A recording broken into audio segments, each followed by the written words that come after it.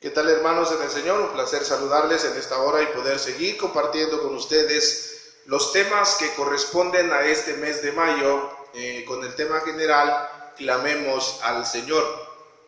Y en esta ocasión nos toca analizar el pasaje bíblico que encontramos en Esdras capítulo 9 y del 1 al 15 y parte del capítulo 10. Así que sin más ni más vamos a comenzar nuestro sermón de hoy correspondiente a este día, esperando que usted allá en casita pueda seguir edificándose en la palabra del Señor y que juntos podamos seguir con estos temas que estamos compartiendo con cada uno de ustedes. Vamos a leer el versículo 3 de Esdras capítulo 9 que dice: cuando oí esto, rasgué mi vestido y mi manto y arranqué pelo de mi cabeza y de mi barba y me senté angustiado en extremo. Uno de los problemas más grandes del ser humano, hermanos, es precisamente que cuando hablamos de su relación con Dios, comete un pecado delante del Señor, hace lo malo delante de los ojos de Dios. Sin embargo, esta persona, como es amada por Dios, sufre las consecuencias de su pecado.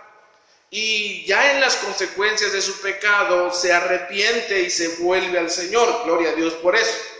Pero desafortunadamente, aún aunque ha sufrido las consecuencias de su pecado, vuelve a caer en el mismo pecado que lo llevó al castigo.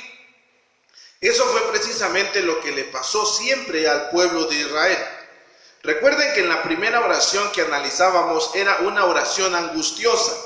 Una oración de parte de Jeremías a Dios, ya que ellos como pueblo habían sido llevados cautivos a Babilonia. Dios los había castigado llevándolos cautivos a Babilonia y por eso oraba Jeremías y decía: Señor, perdónanos, ayúdenos, pero fueron llevados cautivos 70 años. Hace 8 días se analizaba la oración de Daniel, cómo los 70 años se habían cumplido y ahora había que regresar a casa. Dios los había perdonado, Dios los había restaurado y ellos comienzan a regresar a casa.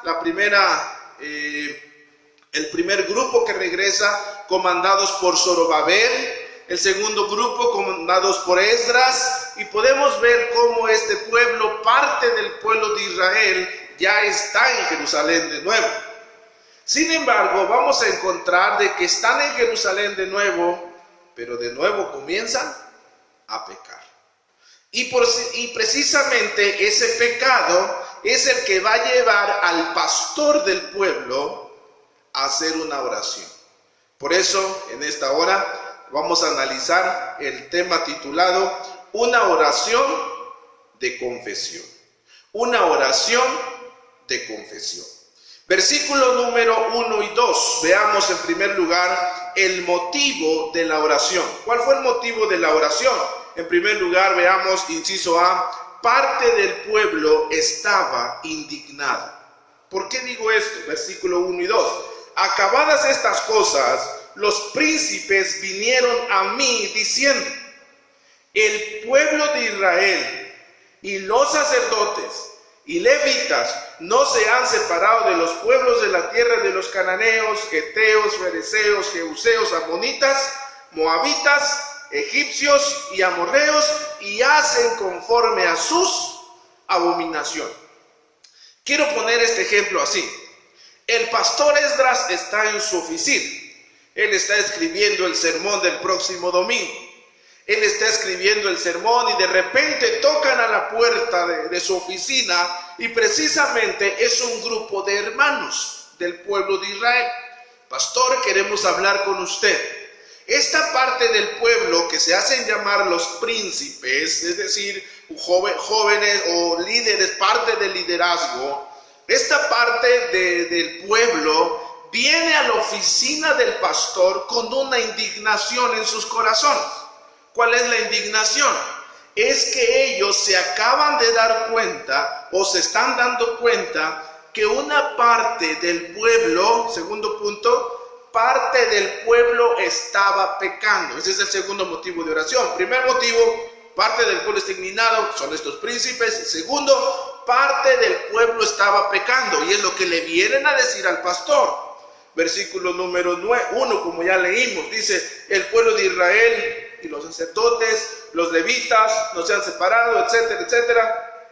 Versículo 2: porque han tomado de las hijas de ellos para sí y para sus hijos, y el linaje santo ha sido mezclado con los pueblos de las tierras y la mano de los príncipes. Vemos nosotros cómo hay una parte del pueblo que está en pecado.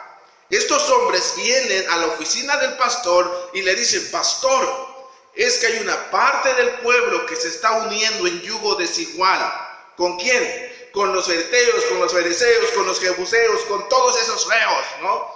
Están uniendo en yugo desigual, están casando sus hijas, están dando a sus hijos, cosa que Dios ha prohibido. ¿Y saben cuál es lo triste? Lo más triste es la última parte del versículo número 2, que dice: y la mano de los príncipes, y las manos de los príncipes y de los gobernadores ha sido la primera en cometer este pecado. Vemos nosotros que como inciso C, los líderes también estaban pecando. Parte del pueblo estaba pecando, pero lo que más tristeza da es que los líderes son los primeros que han cometido este pecado. Los líderes del pueblo son los primeros que están cometiendo este pecado. Entonces, estamos viendo los motivos de la oración.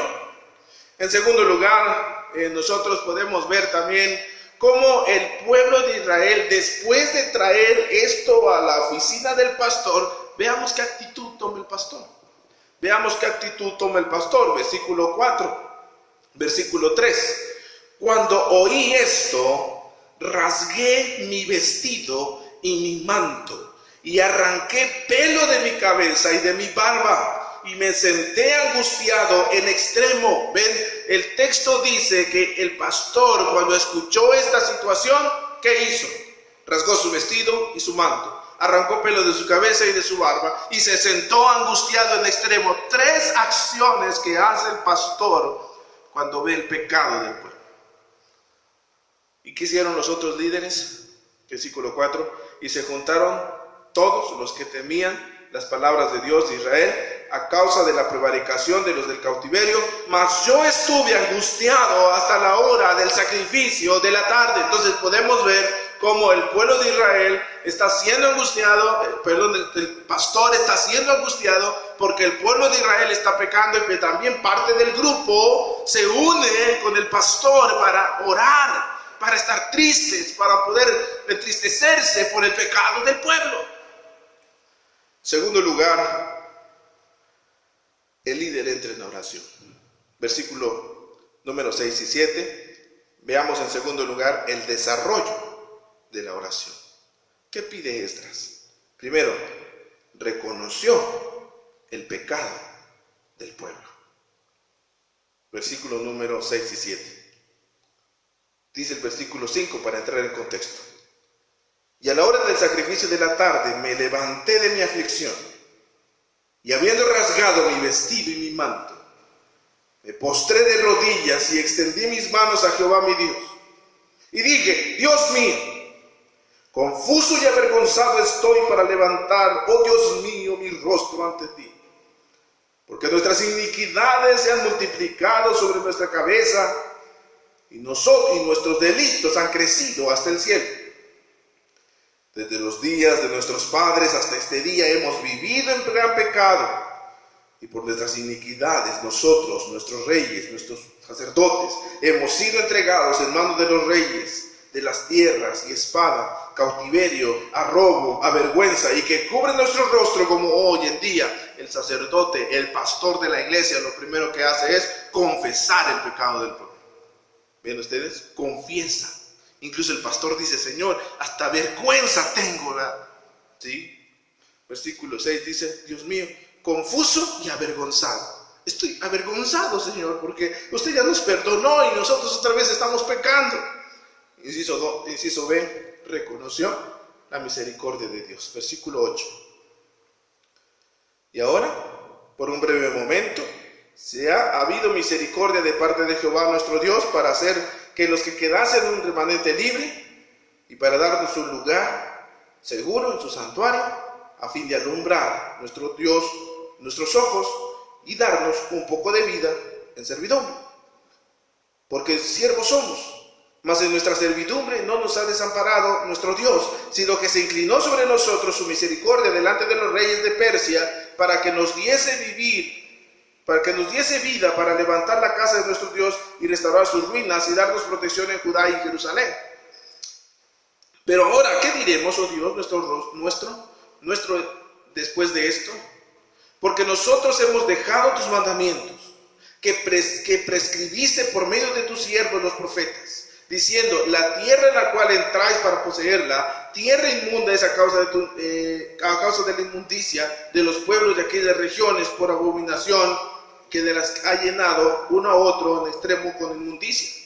Ahora pues, no daréis vuestras hijas a los hijos de ellos, ni a sus hijas tomaréis para vuestros hijos, ni procuraréis jamás la paz ni su prosperidad, para que seáis fuertes y comáis el bien de la tierra y la dejéis por heredad a vuestros hijos para siempre. Mas después de todo esto, lo que nos ha sobrevenido a causa de nuestras malas obras, a causa de nuestro gran pecado, ya que tú, Dios nuestro, no nos has castigado de acuerdo a nuestras iniquidades, y no nos diste un remanente como este, vemos nosotros que en segundo lugar, como inciso B, el pastor está reconociendo la misericordia de Dios. El pastor le está diciendo a Dios: Señor, usted tuvo misericordia de nosotros, nos fuimos para Babilonia, ha tenido usted misericordia de nosotros, nos ha traído de regreso. Es un acto de misericordia de usted para nosotros, y realmente estamos viendo. Y por último, versículo número 14 y 15, el pastor pidió perdón a Dios. 14 y 15. ¿Hemos de volver a infringir tus mandamientos y a emparentar con pueblos que cometen estas abominaciones? ¿No te indignarás contra nosotros para consumirnos, sin que quedara remanente ni quien escape? Oh Jehová, Dios de Israel, tú eres justo, puesto que hemos quedado un remanente que ha escapado, como en este día. Henos aquí delante de ti, en nuestros delitos, porque no es posible estar en tu presencia a causa de esto. Vemos nosotros cómo el pastor Esdras, está confesando y por último le está pidiendo perdón al Señor por su pecado. Estamos viendo el desarrollo de la oración. Esdras está orando a Dios. Y en tercer lugar, veamos la respuesta de la oración. ¿Qué le respondió Dios a Esdras? ¿Cómo le respondió Dios a este pastor? Desafortunadamente nosotros, cuando sabemos que alguien está pecando, una de las primeras cosas que nosotros hacemos es acusar al hermano. Es darnos por decir: bueno, miren aquel, miren qué está haciendo, chequen lo que está diciendo, chequen lo que está haciendo, eso no es bueno, esto, aquello.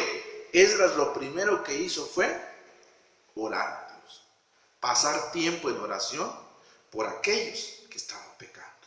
¿Cuál fue el resultado de su oración entonces? En tercer lugar, la respuesta de la oración, inciso A: Dios movió el corazón para arrepentimiento. ¿Qué dice el versículo número 1 del capítulo 10? Mientras oraba Esdras y hacía confesión, llorando y postrándose delante de la casa de Dios, se juntó a él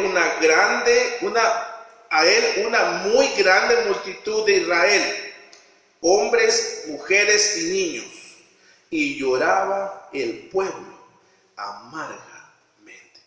Vemos que en primer lugar Dios responde en la oración moviendo el corazón para arrepentimiento.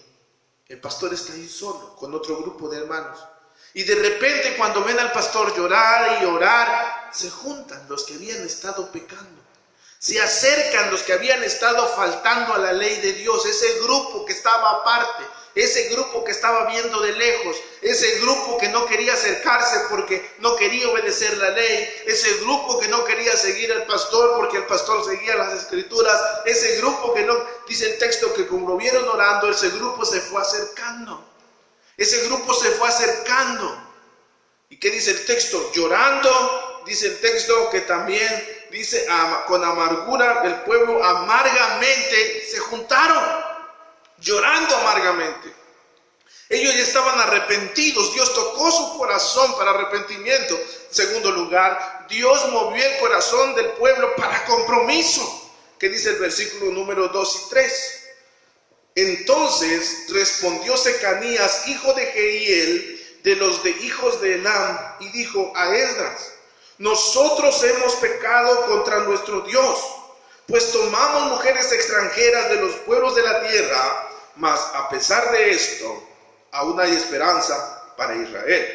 Ahora pues, hagamos pacto con nuestro Dios, que despediremos a todas las mujeres y los nacidos de ellas, según el consejo de mi Señor, y de los que le temen el mandamiento de nuestro Dios, y hágase conforme a la ley. Ahora, este grupo que estaba lejitos, viendo de lejos, y no quería obedecer la ley, ahora le dicen: vamos a hacer un pacto, y vamos a dejar el pecado, y ahora vamos a hacer las cosas conforme a la ley de Dios.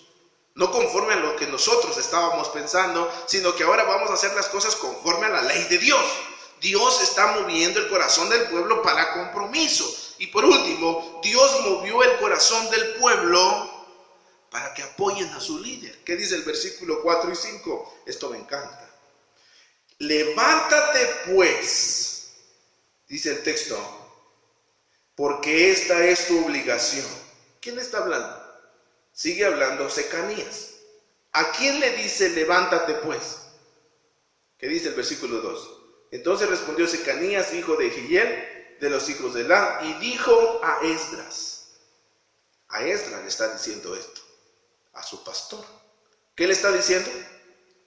Levántate porque esta es tu obligación, y nosotros estaremos contigo. Esfuérzate y pon manos a la obra. Versículo 5.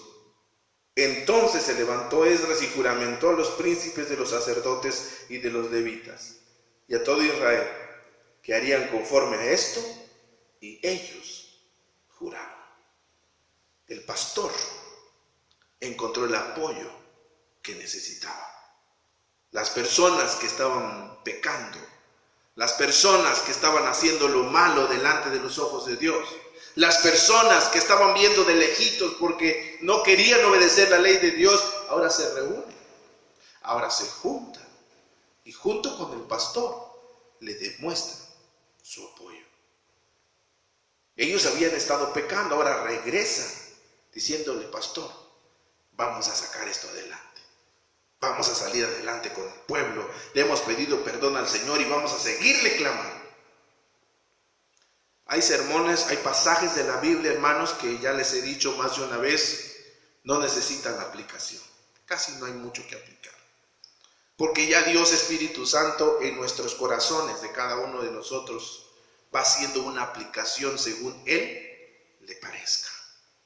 Y estoy seguro que en el corazón suyo también usted está viendo una aplicación sobre este punto.